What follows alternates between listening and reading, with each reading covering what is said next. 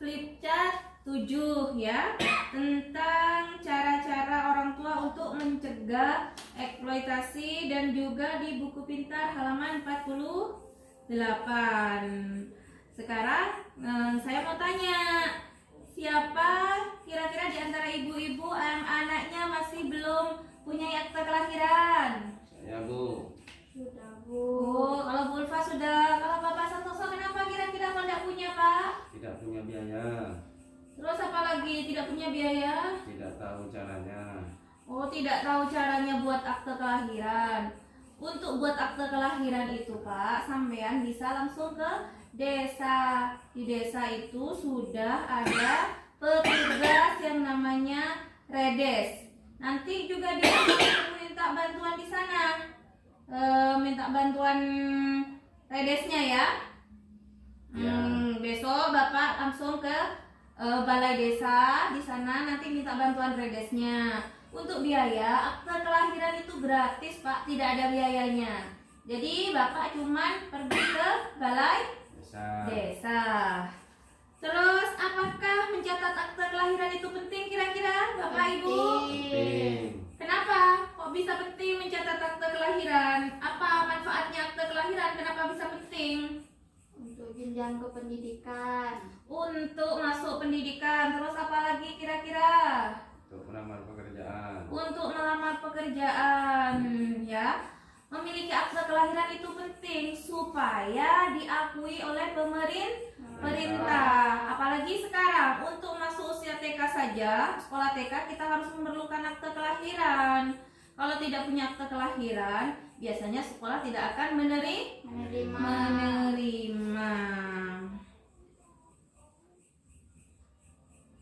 Akte kelahiran itu penting karena itu merupakan identitas anak ya. Setelah kita punya akte, nanti ketika sudah umur 17 tahun kita harus punya KTP, kita juga harus punya KK.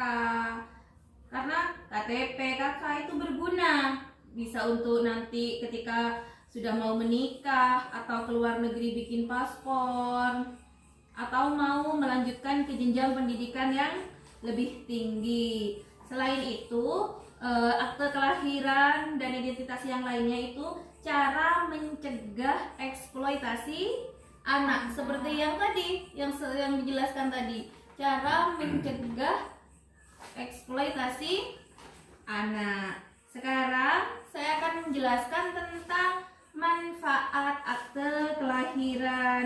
Coba lihat di buku pintarnya halaman 49. Halaman 49 ya. Ya. Sudah dilihat? Sudah. Sudah.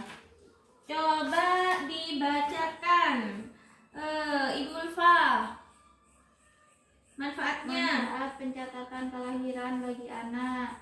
Identitas sah anak. Iya, sudah.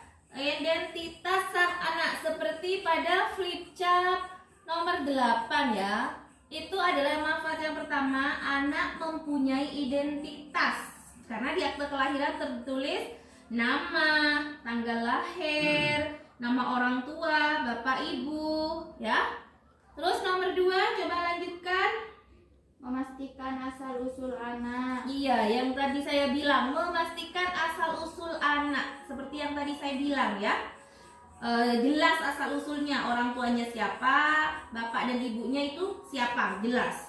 Yang nomor 3, coba Bapak Santoso dibacakan. Mendapatkan layanan kesehatan dan pendidikan bagi anak. Iya, ketika anak sudah mempunyai akte kelahiran, anak itu dapat memanfaatkannya menggunakan layanan kesehatan dan pendidikan. Akte itu bisa digunakan juga membuat kartu Indonesia Sehat. Nanti dibawa ke puskesmas dengan adanya akte itu lebih mudah dilayani oleh petugas kesehatan, dan juga bisa mendapatkan pendidikan ketika anaknya sudah mau daftar TK pakai akte itu lebih mudah ya. Nomor 4, Bapak Santoso coba. Mencegah pernikahan anak sebelum usia 18 tahun. Mencegah pernikahan anak sebelum usia 18 tahun. Ketika anak sudah mempunyai akte, di situ kan sudah jelas umurnya. Nah, di KUA itu tidak akan mendapatkan kartu nikah ya sebelum anak itu umur 18 tahun. Jadi agar mencegah itu orang tuanya. Yang nomor 5 itu kepastian mendapatkan hak waris.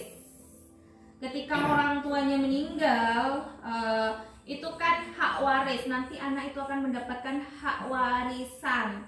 Lah di akte itu kan sudah tertera jelas anaknya, bapaknya siapa, ibunya siapa. Kalau tidak punya akte, kita tidak bisa menggugat ke pengadilan kalau dia mempunyai hak. Nah, ketika sudah jelas mempunyai akte, oh ini anaknya siapa, kan sudah jelas dari hukum. Nomor 6, sebagai dasar pembuatan dokumen lainnya, KK, KTP, SIM, dan paspor. Akte itu sebagai dasar kita untuk membuat KTP, KK, paspor. Itu semuanya diambil dari akte kelahiran. Sudah mengerti Bapak Santoso ya? Ya. Bagus. Pesan-pesan kunci ya. Tidak memenuhi hak-hak anak adalah penelantaran. Ketika Bapak Ibu itu tidak memenuhi hak-hak anak, itu disebut penelantaran. Mulai dari hak hidup, hak mendapatkan kebebasan, hak mendapatkan akte kelahiran seperti yang tadi. Yang nomor 2, sebagai orang tua kita harus melakukan pencegahan terhadap penelantaran. Sebagai orang tua kita harus mencegah itu. Yang nomor 3, segala bentuk pemanfaatan anak untuk mendapatkan keuntungan materi maupun bukan materi adalah eksploitasi anak, seperti yang dijelaskan tadi di flip chart nomor 8 ya. Di situ kan ada eksploitasi anak. Nah, caranya yaitu tadi, tidak menerapkan keuntungan kepada anak, mendapatkan keuntungan kepada anak. Yang nomor 4, orang tua wajib melakukan pencegahan terhadap eksploitasi anak. Kita sebagai orang tua wajib mencegah adanya eksploitasi anak. Kira-kira bisa ya dipraktekkan di rumah ibu-ibu? Bisa.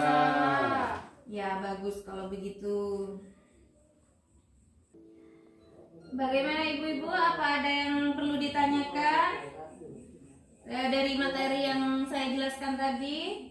Mungkin ada yang ingin ibu-ibu tanyakan?